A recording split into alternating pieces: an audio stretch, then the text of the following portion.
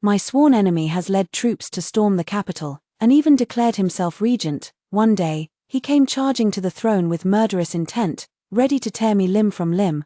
I calmly dropped a thunderbolt on his head. I'm pregnant, and the child is yours. Hello, everyone. Welcome to my channel. Subscribe us to read wonderful novels every day. Now the story begins. Xiao Shuo is the ultimate villain, but I'm even more villainous than him. We've been at odds since we could remember.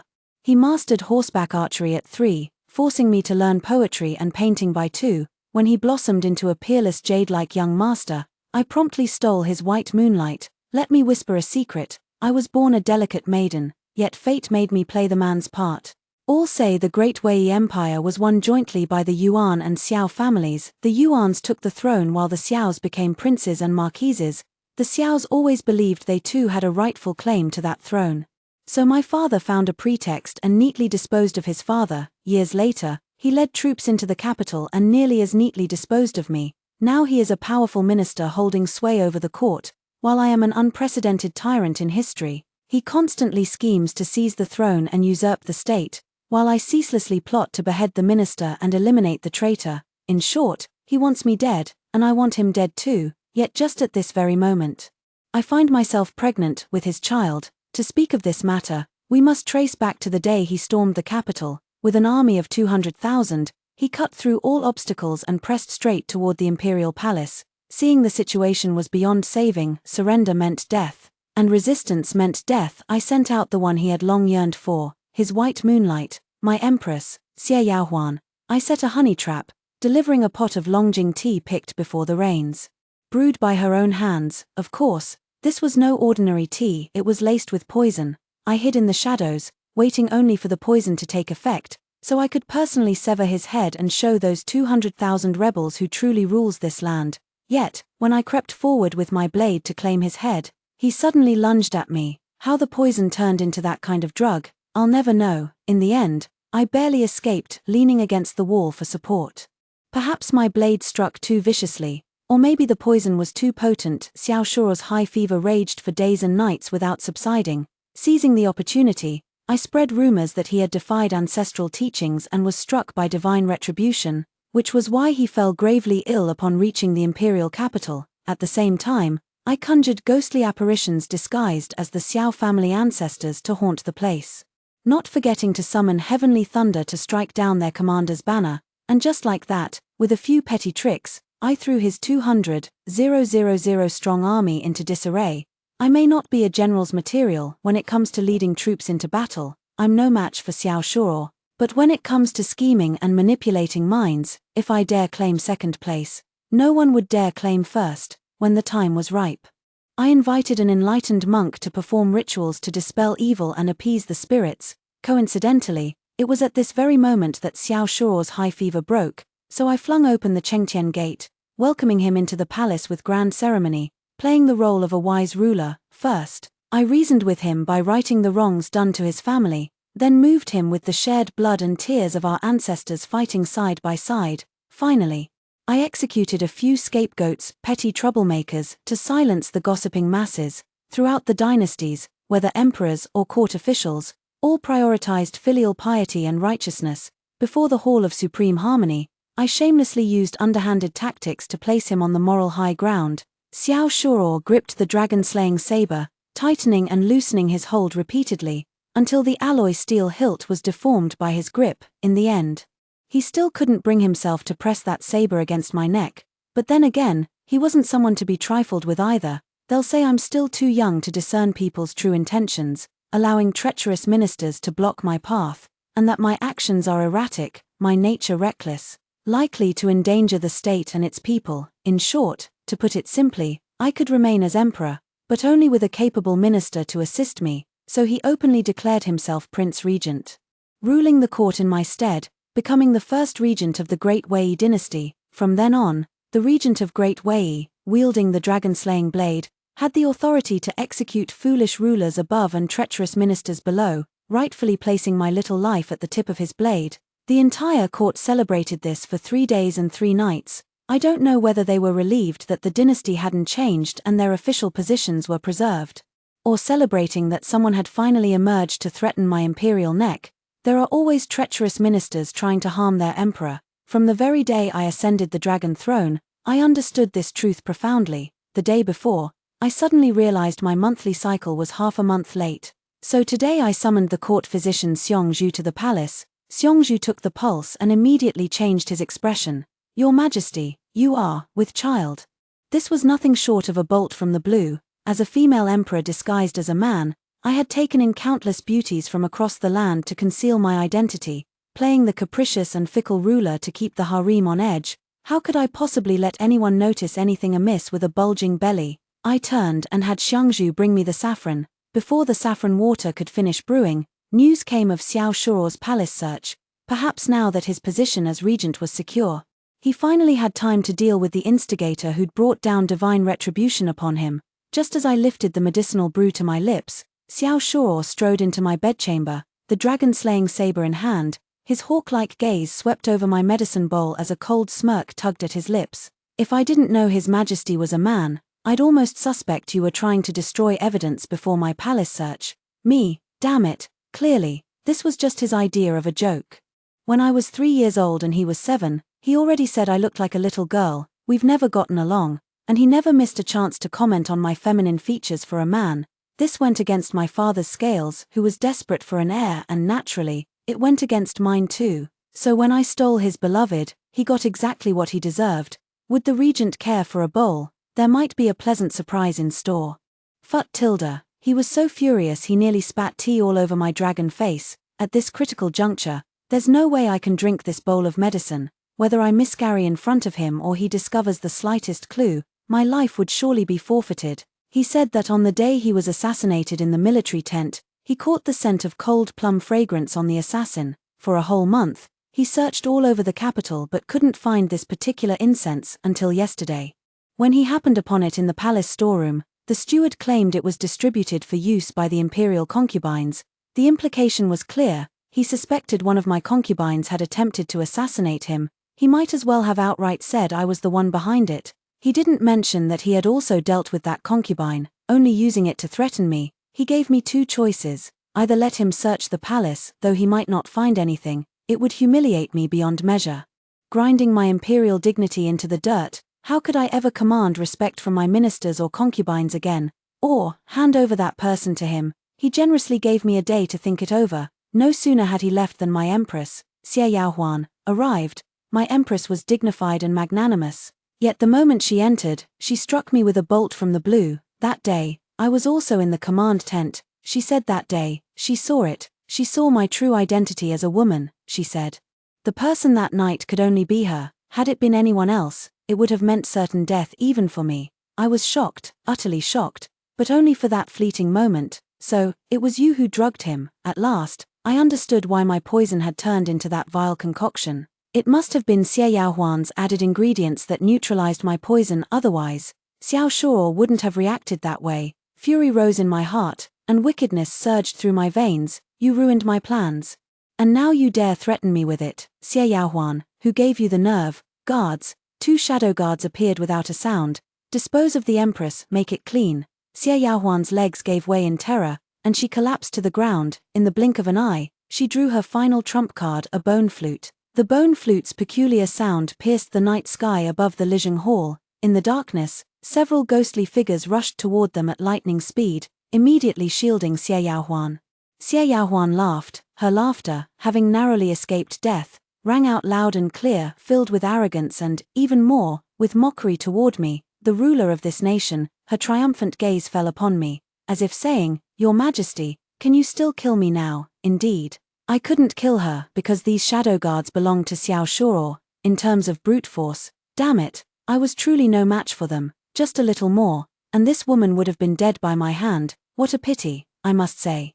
That fellow Xiao Shuo is truly a devoted lover. When the Xiao family faced peril, Xie Yaohuan threw herself into my arms without hesitation. Yet he bears no grudge at all. The bone flute he gave her can still command his secret guards to this day. The bone flute had barely sounded when he came sweeping into the palace on the wind and waves. "Ashuo, His Majesty wants to silence me by killing me." Xie Yaohuan, trembling like a startled rabbit, threw herself into Xiao Shuo's arms. Xiao Shuo neither looked at her nor embraced her, but instead turned his gaze toward me. I gazed at her with indifference, watching her performance. It was me in your tent that night. His Majesty said you'd only drink tea from me, and that I alone could deliver the fatal blow. I didn't want to, but I had to consider the lives of the entire Xie family. Xie Yaohuan wept pearly tears, effortlessly shifting the blame onto me. Is it true? Xiao Shuo asked me. I dismissed it casually.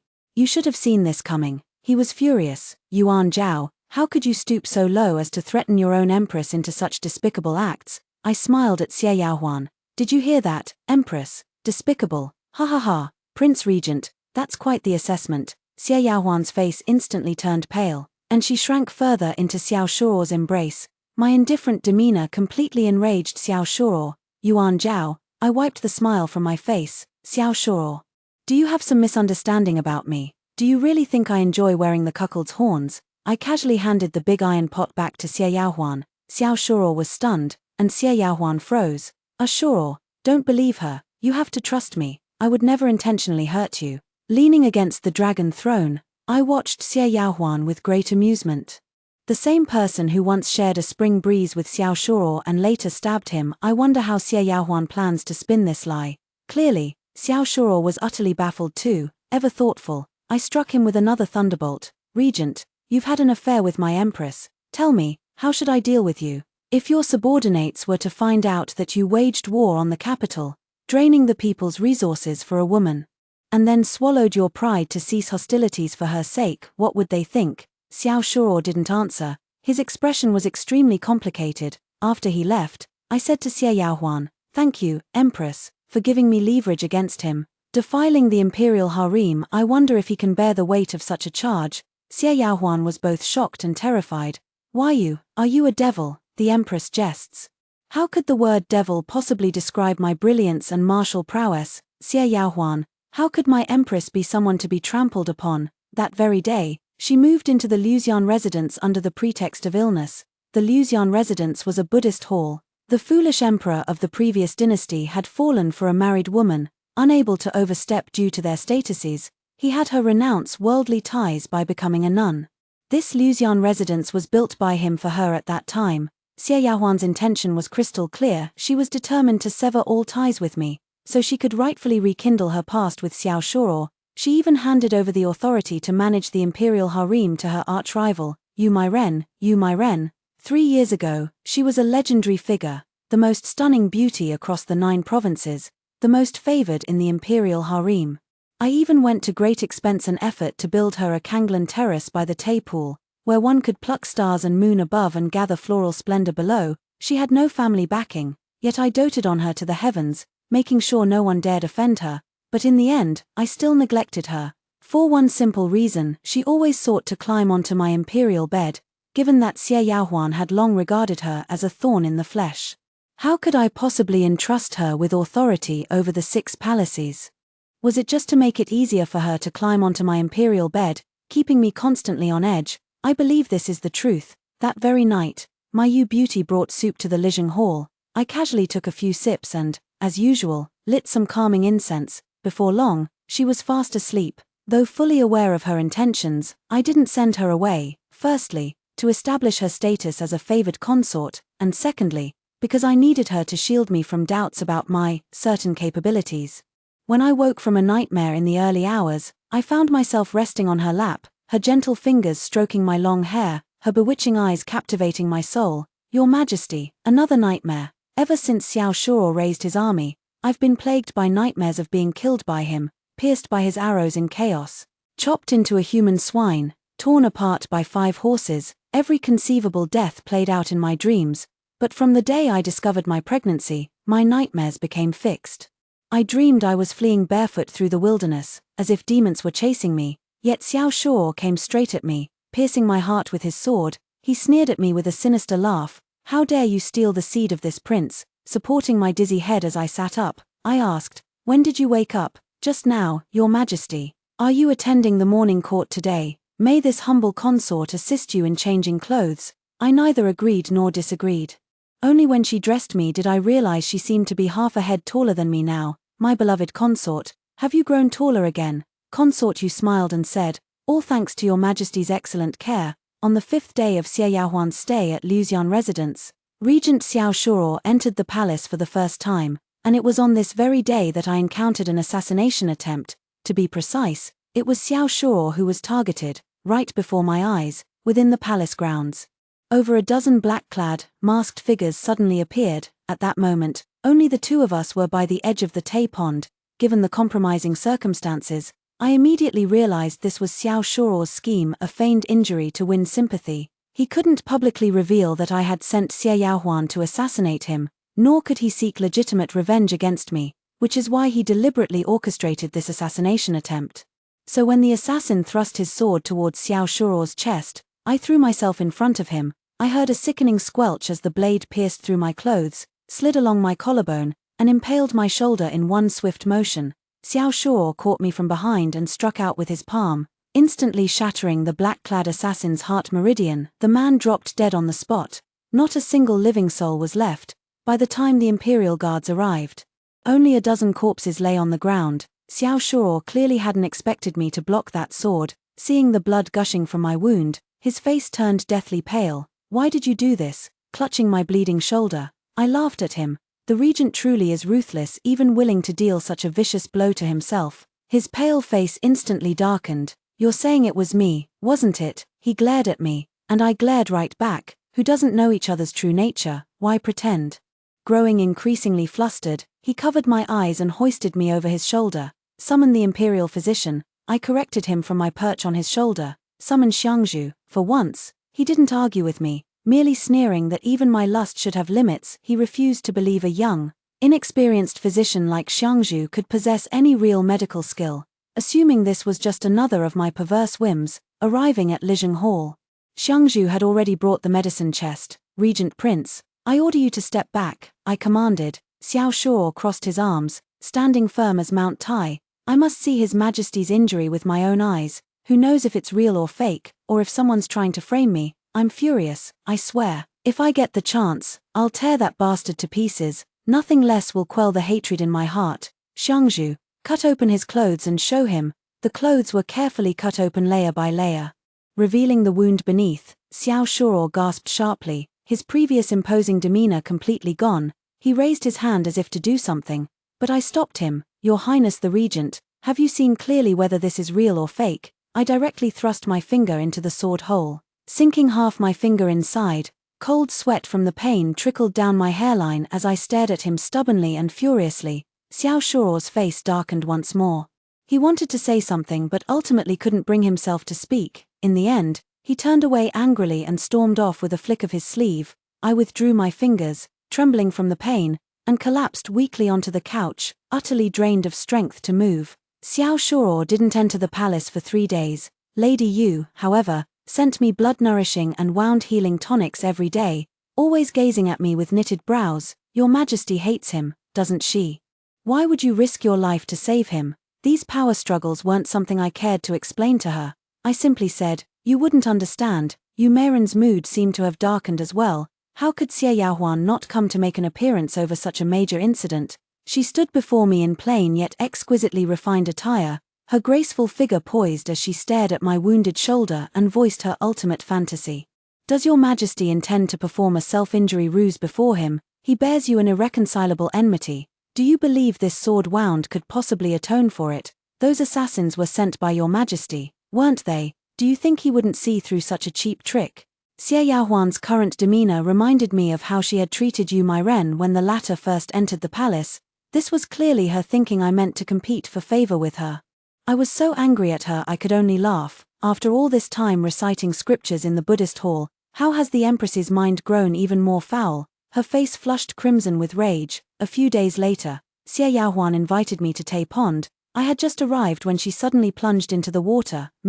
She emerged from the water, throwing me a cold, disdainful smile. I raised an eyebrow. Could it be she was trying to frame me for pushing her in? Sure enough. The woman buried her head in the water and began flailing wildly. Help! Help me!" My gaze swept across the room and landed on the other end. Xiao Shuo approaching leisurely, accompanied by those political opportunists from the Council of State, amid Xie Yaohuan's enthusiastic shouts. They all turned to look in my direction. My eyes unexpectedly met Xiao Shuo's across the distance.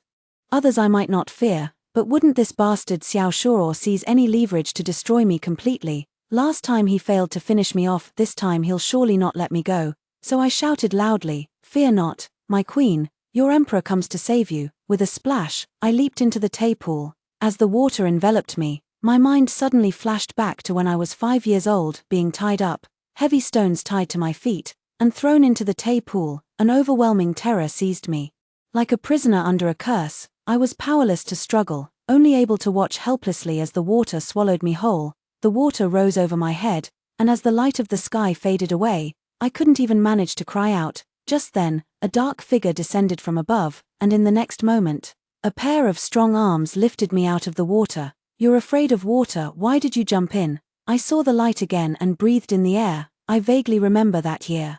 It was also him who jumped into the water to save me, but because he touched my bare chest, I slapped him across the face. From then on, our relationship grew increasingly hostile. "I won't jump. What if your beloved white moonlight falsely accuses me of pushing her into the water?" Xiao Shuo's face darkened, extremely dark. He pulled me ashore first before going back to rescue Xie Yaohuan. I knew perfectly well that with court officials present, he dared not save me last.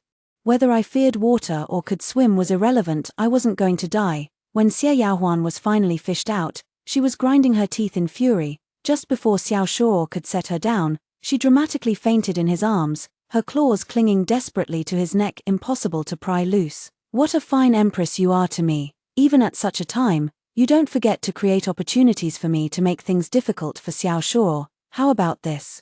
Let the Regent Prince escort the Empress back to Luxian residence on my behalf." Xiao Shuo's face darkened further, but in the end, he didn't tear Xie Yaohuan's arm off in front of everyone. The political opportunists in the council chamber were cunning as foxes, keeping their eyes downcast and pretending not to see a thing. I could only respond with a hollow laugh. Before I could even return to the Hall of Governance, news from Xiao Shuo arrived once more. "The Regent has decreed drain the Tay pool dry. So what if I just drowned your white moonlight? Is it really that big a deal? I nearly lost my life here 3 times, did you hear me complain?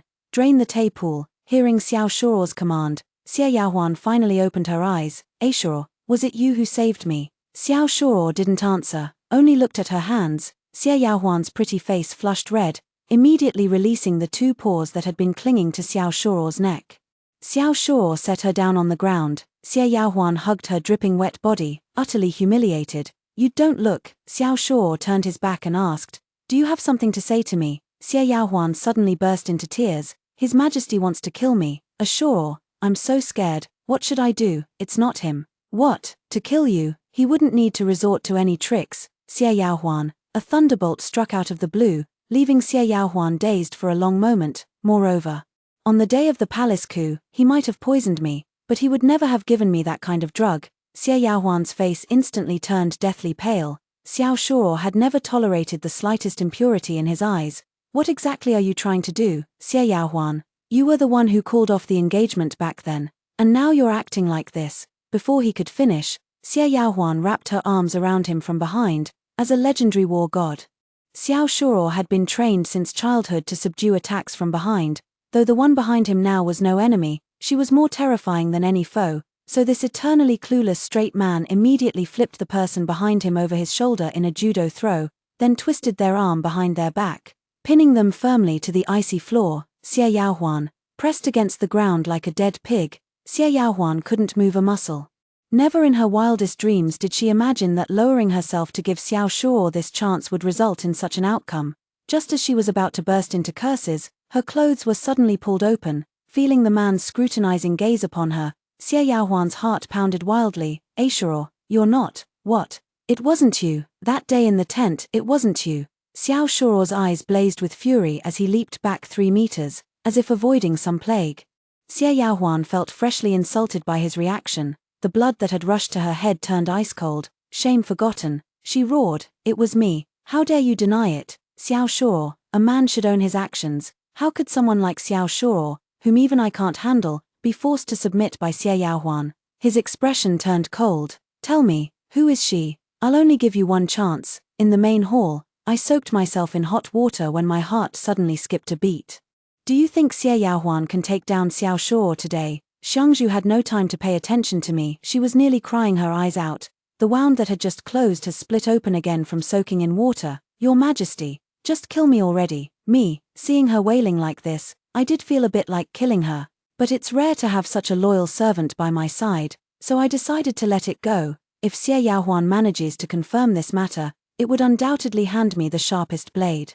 My mind was wandering when suddenly a report came from outside the door. Your Majesty, the Regent is charging over here. Why say charging over instead of just coming over? I hurriedly got up to put on my clothes, but in my haste, the freshly bandaged wound tore open again, blood spurting out and staining my white undergarments with a splotch of bright red.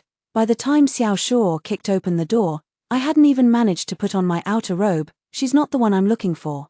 He fumed in frustration. I trembled in fear, unsure whether it was from his door-kicking action or the words he had just uttered. His eyes locked onto me as he suddenly charged toward me with aggressive intent. My heart pounded wildly in my chest. Does this bastard already know? Is Xie Yaohuan really that useless? Logically speaking, even if Xiao Shuo saw through her tricks, she wouldn't expose me at this point. She'd at least wait until she had Xiao Shuo under her control first. Otherwise, even if I were to be killed by Xiao Shuo without his protection, I could still easily take her down before that happens. Xiao Shuo's claws reached for my neck, and I instinctively flinched. I'm done for, about to be crushed to death. This time, my imperial dragon neck is truly beyond saving. I've never backed down in front of him before. This is the first time. And likely the last. I know my face must be etched with terror right now. I can even imagine him seizing the chance to humiliate me before finishing me off, yet I couldn't stop myself from being afraid. It was as if the beliefs I'd desperately clung to could no longer withstand the prolonged oppression he'd inflicted and were about to crumble. But at that very moment, he suddenly stepped back 2 paces, and I could breathe again, my eyes fixed on him with anger and wariness. His lips trembled several times before he finally spoke after a long pause. Your Majesty's wound has reopened. I glanced at my shoulder. Blood was soaking through the undergarment, slowly blooming into a bewitching flower across my shoulder and chest. So this bastard was looking at that. I secretly let out a relieved breath. What did the Regent mean by those words earlier? Xie Yaohuan is not the woman from that night. I raised an eyebrow defiantly. On what grounds does the Regent Prince say this? You've defiled this Empress. Do you mean to deny your deed? Xiao Shuo's brow twitched violently before regaining his imposing demeanor. She bears no mark left by this prince. What mark? What kind of mark? How come I didn't know about this? A chill ran down my spine. The mere thought of that bastard leaving marks in such circumstances made my dragon scales tremble with rage. Damn it, this bastard really thinks he's some alpha male, marking his territory everywhere. My outburst made him sneer. Your Majesty must be aware. I'll give you 1 night to consider. If you can't produce that person by tomorrow, I'll have no choice but to search the palace myself. A threat, barefaced and shameless. Xiangzhu, show me where the mark is. I suspected he was bluffing, but couldn't be sure after all. Xiao Shuo's level of depravity defied all common sense. Xiangzhu scanned every inch of my body until she found a faint magnolia blossom pattern on my lower back. The magnolia that was the family crest of the Lanling Xiao clan. That bastard, I wish I could cut him into 1,000 pieces. Cut it off. Xiangzhu looked at the unhealed wound on my shoulder, then at my lower back. Your Majesty, you must take care of your imperial health. The Regent would never suspect your Majesty, but I loathe being marked like some mere object. This is an affront to the dignity of my Imperial Majesty. In the end, Xiangzhu couldn't prevail against me and peeled off that patch of skin, though no larger than a thumb. The pain pierced straight to the heart. Early the next morning, Xiao Shuo entered the palace. This time, he brought his female general with him, clearly intending to inspect the imperial consorts in my harem. My men kept watch over the Lijing Hall all night, yet not a single person entered or exited. Your Majesty, you truly have remarkable composure. His hand pressed against the small of my back as he leaned in close, his breath hot against my ear. Old grudges and fresh humiliations surged through me, pushing me beyond rage. Regent, I seethed. This insult today, I, your emperor, will remember it. He took a step back, utterly unafraid, his face instead blooming with delight, as if he'd finally gotten the chance to crush me beneath his heel. That smile was triumphant, yet also dark and ice-cold.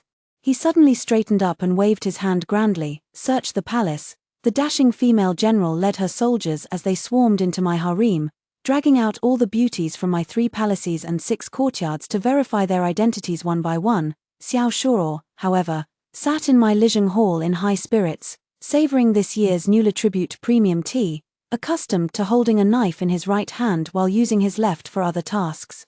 When he raised the left hand that had just pressed against my lower back to take the teacup, the smile suddenly vanished from his face. The tea was no longer being served, his left hand clenched into a fist, his hawk-like eyes suddenly fixed on me. I glared back at him with equal intensity. Regent, if you fail to find anyone in my palace today, how will you account for it to me? He studied me for a long moment, as if wrestling with some inner torment, before replying hoarsely, Your Majesty.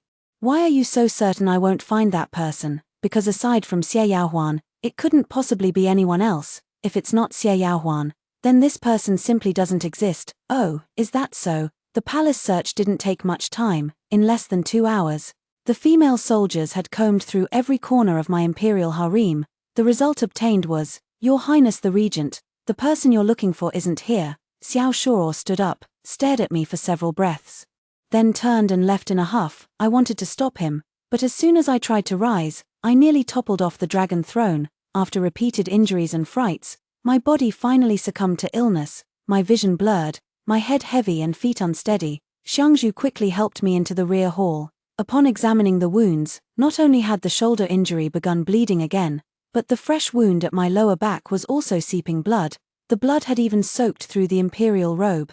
Fortunately, no one had looked at my back, otherwise, that telltale stain would have been impossible to conceal. I drifted in and out of feverish sleep all day, and in the dead of night, Yu Mairen came again to bring me a warm bowl of soup. After taking Xiangzhu's medicine, I felt a bit more alert, just enough to manage some food. Yu Mairen sat by my bedside, spoon-feeding me with gentle patience. Xiangzhu, you may retire and rest, I will attend to His Majesty here.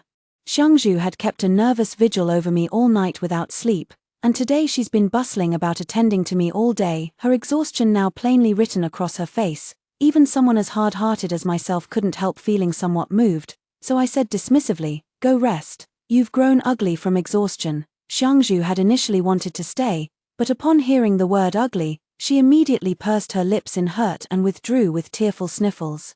The regent sent men to search the palace today. Every concubine was stripped and examined at the waist. Does your majesty know why this was done? I half closed my eyes, weakly saying, He just wants to humiliate me. Don't interfere. Lady Yu fell silent. She quietly fed me a bowl of soup until I regained some strength, only then realizing she had been unusually quiet tonight. Looking up at her, I saw her breathtakingly beautiful face seemed veiled in a shadow, appearing somewhat gloomy. But did they bully you? I asked. She forced a faint smile. Your servant is not afraid of their bullying. What I fear is the regent bullying your majesty. I laughed, still wanting to maintain some dignity before my concubine. What nonsense are you saying, my beloved? Even if he is the regent, how could he possibly bully me? I am the son of heaven. Oh, really? So the regent wants to search for the person who attempted to assassinate him that night. If it was his assassin, how could he have seen their lower back? And why is he so certain it was a woman? Unless, my eyes flew open wide. Yes, with Xiao Shuo making such a public spectacle of searching the palace, wouldn't it make people suspect that his assassin was one of my imperial consorts? And checking their lower backs, wasn't that practically announcing to the world that he'd seen the woman's body? At this, my hatred grew even deeper. I must kill him. Yu Mairen silently set down the soup bowl and picked up another bowl of nourishing tonic, stirring it with a spoon to disperse the rising steam. She suddenly spoke. Wasn't it your majesty who attempted to assassinate him that day? I shuddered violently, my eyes fixed unwaveringly on Yu Mairen. Yu Mairen's expression didn't change in the slightest. She continued stirring the soup, scooped up a spoonful, blew on it gently, and brought it to my lips, her face wearing the familiar smile I knew so well. I didn't drink, my gaze remained locked on her. For the first time, I realized I didn't understand my Yu Mairen at all. I thought it was a chess piece firmly in my grasp, but one day it suddenly leaped out of my control and transformed into the one manipulating the game. I refused to eat. But she didn't force me, still smiling at me with devastating beauty. While preparing the soup for your majesty, I saw Xiangzhu disposing of the medicinal dregs. Though I'm no expert in pharmacology, I took a curious glance and happened to notice ginseng, white atractalodes, angelica root, white peony root, tangerine peel. I know nothing of medicine, but even I could tell these were excellent ingredients for replenishing qi and nourishing blood. What's wrong with me taking some blood-nourishing medicine when I'm injured? She smiled, her face slightly cold. Nothing's wrong. Except that these medicines combined can also stabilize a pregnancy. With a loud bang, I knocked over her medicine bowl. But this surge of anger also accelerated the effects of the drug in my body. My limbs went weak, I couldn't even muster the strength to sit up. Even a fool would realize something was wrong by now. "You, my Ren, what have you done to me?"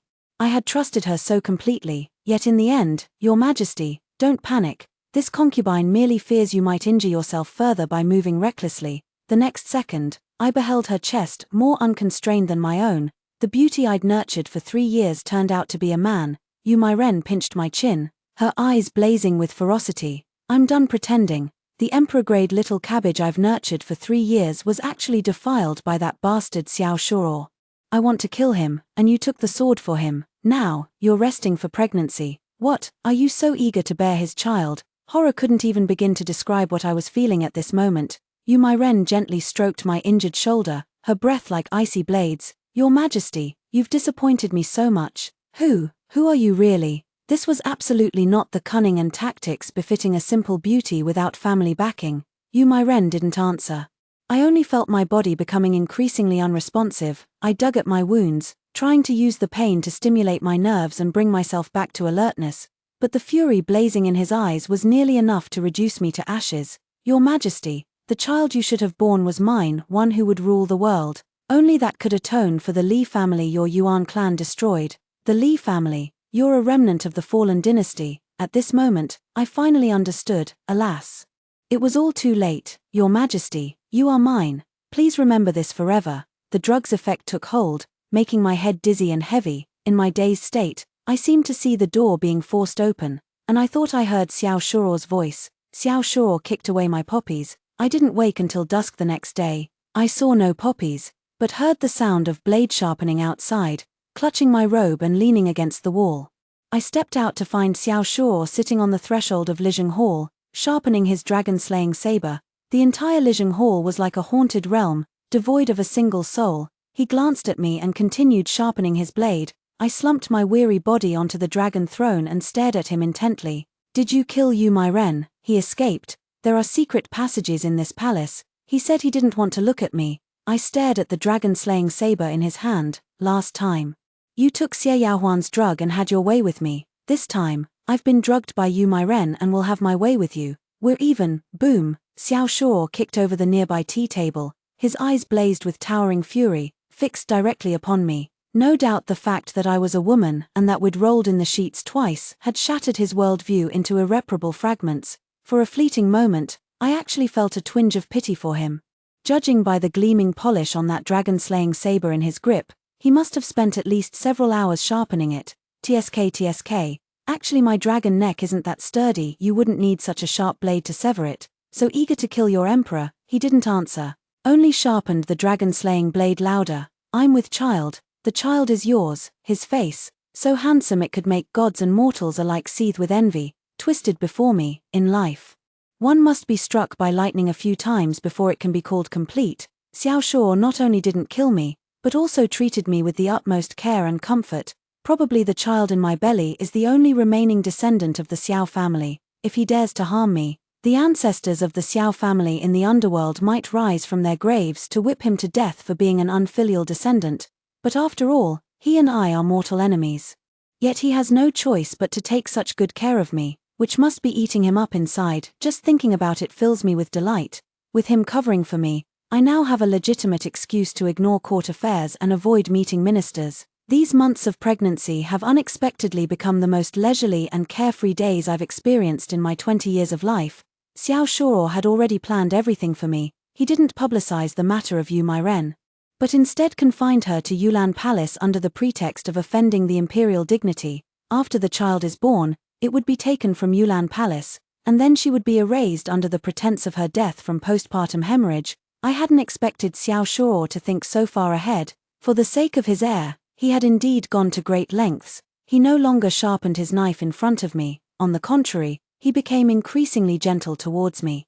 During those months of morning sickness, he would review memorials at the Lijing Hall during the day, then sneak into the palace at night to hold me as I slept. Sometimes, he would gently touch the scars on my shoulders and waist, asking if they still hurt. I would ask him in return, "Will you kill me after the child is born?" He would look at me with some irritation. If I say no, would you believe me? Of course I wouldn't. We've been at odds for so many years, yet always coexisted peacefully. Even the Jade Emperor himself probably wouldn't believe it. Xie Yaohuan found out I was pregnant 3 months later. I don't know what Xiao Shuo did to her the day I jumped into the Tay pool, but she suddenly shaved her head and shut herself in the prayer hall for 3 months. 3 months later, when she emerged, she came to me and said she had figured it out. She wanted to tell Xiao Shuo that the person that day was me. She said it's all my fault that she couldn't have Xiao Shuo, and she wants me to be torn limb from limb by him. And then there was no more. Xiao Shuo personally brought over a bowl of soup and a jar of sour plums, saying in front of Xie Yaohuan, "Drink the soup, if you feel nauseous, eat the sour plums." Xie Yaohuan's eyes nearly fell into my soup bowl. Her fingers trembled as she pointed at me and Xiao Shuo. You shameless pair." Perhaps because her gaze that day was too piercing, Xiao Shuo ordered her confined to Luxian residence, forbidding her from leaving without summons. Lina's birth came quite suddenly. The day before, Xiao Shuo had cleared the imperial garden, asking Xiangzhu to accompany me for a walk outside. Unexpectedly, Xie Yaohuan escaped from Luxian residence and pushed me into the Tay pool. I always said the Tay pool was my nemesis, who knew it would still bring me misfortune even after being drained. When I fell, though the edge was less than 6 feet deep, the impact broke my amniotic sac. Blood gushed out like spring water seeping from the earth. Xiao Shuo was terrified out of his wits, holding me tightly as he ran. He kept reassuring me that everything would be fine. He was here, I would be safe, and so would our child. For a fleeting moment, I actually thought, since he'd kill me after the child was born anyway, I might as well die with his offspring. I couldn't let that worthless father have his way. But this child was a life I'd carried for 9 months. No matter how violent I became, I couldn't bring myself to abandon it. I fought desperately to give birth, only to hemorrhage in the end, just as Xiao Shuo had predicted Meiren's fate. "It's all because of your jinx, now I'm hemorrhaging. Are you happy?" With my last ounce of strength, I cursed at him, as if by doing so I could remain conscious. I refused to die alone without dragging him through the gates of hell with me. Miraculously, against all odds, I actually managed to pull through. When I opened my eyes again, Xiao Shuo was unshaven and haggard. Looking like a completely different person, he placed the child beside me, then left the palace without saying a word. For nearly half a month, he never once appeared at Lijing Hall again. It took me 3 months to fully recover my vitality, and when he came to the palace, he told me he had filled in the Tay pool. That place would never hurt me again. He also said that Xie Yaohuan had gone mad, and he had confined her to the cold palace. The one who nearly killed me and our child, he didn't even execute her. Perhaps he still cherished their past affection. Xie Yaohuan hanged herself from a beam just days after entering the cold palace. When he stormed into Lijing Hall, I made it very clear to him, I was the one who had sent people to do it. I'm the kind of person who can't stand the slightest grievance. I never let revenge wait overnight. He didn't say a word, just slaughtered the entire Xie family before dawn.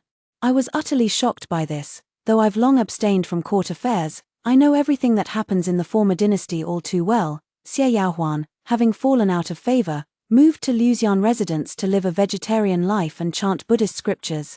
The Xie family couldn't sit still and joined forces with several prominent noble families, attempting to force me to abdicate and make Xiao Shuo ascend the throne.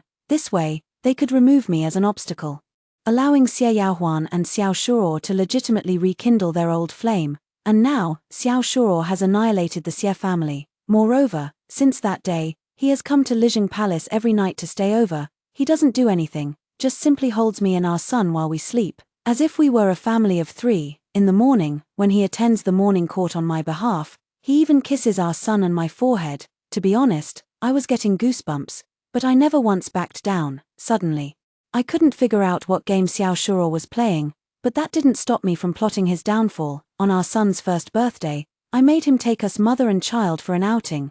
The Wuxiang cliff of Siming Mountain was already ambushed with assassins, waiting only for our appearance before they would swarm and attack him. As long as he dies, I can reclaim the throne. With a child, I, the emperor, will no longer have to worry about the future. Even if I grieve excessively for the death of Meiren and never enter the harem again, what does it matter? When my child grows up, I will pass the throne to them, and my mission will be over. I won't have to navigate the treacherous waters of power while carrying the bomb of my female identity, which could shatter my soul at any moment. I had envisioned it beautifully, but reality slapped me hard across the face.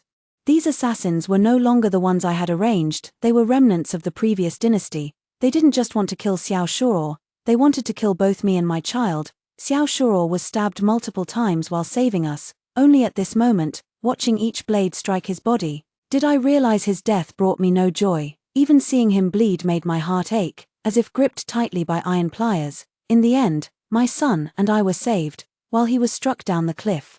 Beyond all redemption, when his body was found at the base of the cliff, it was already broken beyond recognition. His face had been gnawed by a bear, making it completely unrecognizable. His limbs were gone, and even his belly had been torn open. I glanced at his corpse and had nightmares for 3 straight years. I wanted to forget this man, but the harder I tried, the more impossible it became, especially as I watched our child grow up, looking increasingly like his dashing younger self.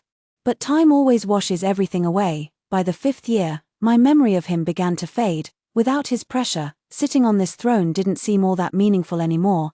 But the child was still too young, I couldn't just walk away. When my son turned 6, I took him and all the civil and military officials to the imperial mausoleum for ancestral worship. That was when the assassination attempt happened. I watched myself being pierced by countless arrows and dying. Even from across the mountain ridge, I could tell how pale my son's little face had turned from fright. I turned around and slapped Xiao Shuo, who had risen from the dead. "What exactly are you trying to do?" With a cold expression, he hoisted me over his shoulder. "No reason, I just missed you. I've endured for 6 years, and I can't take it anymore." He carried me back to the mountain cottage. He hurt me, and in my anger, I bit down hard on his shoulder. It didn't hurt him, but instead made my teeth ache. "Xiao Shuo, are you fucking an animal or what?" Suddenly, his eyes turned red. "Damn right I'm an animal, otherwise, I wouldn't be so obsessed with you, not even caring about my father's murder." I'd never seen him like this before. Suddenly remembering those 6 years he'd lost, a strange feeling inexplicably rose in my heart. He suddenly covered my eyes. "Don't look at me like that, or I might think you feel the same way about me." In the very end, he whispered in my ear, "Yuan Zhao, you're too cunning." His voice was low and hoarse, filled with helplessness, as if revealing a hint of resignation. 3 days later, he dressed me in women's clothing and styled my hair into a married woman's bun. After gazing at me for a long while, he uttered 2 words, "Beautiful." Before I could even react, his ears turned red first. He took me to the temple fair. This is my first time visiting a temple fair, and it's also my first time walking down the street dressed in women's clothing. For the first time, I actually felt so novel, yet at the same time, a bit at a loss. He held my hand, carefully avoiding the bustling crowd, and bought me a stick of candied hawthorns. This, it seems, is also my first time eating candied hawthorns. I struggled in the highest echelons of power within the imperial palace for over 20 years.